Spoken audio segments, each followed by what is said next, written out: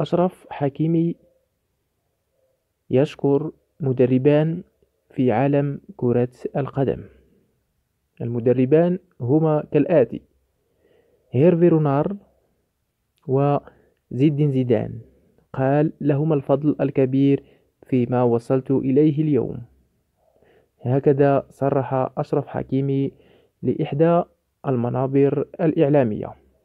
ما رأيكم في تصريح أشرف حكيمي؟ هل فعلا هذان المدربان هما من قام أو هما من أوصل أشرف حكيمي إلى ما هو عليه اليوم؟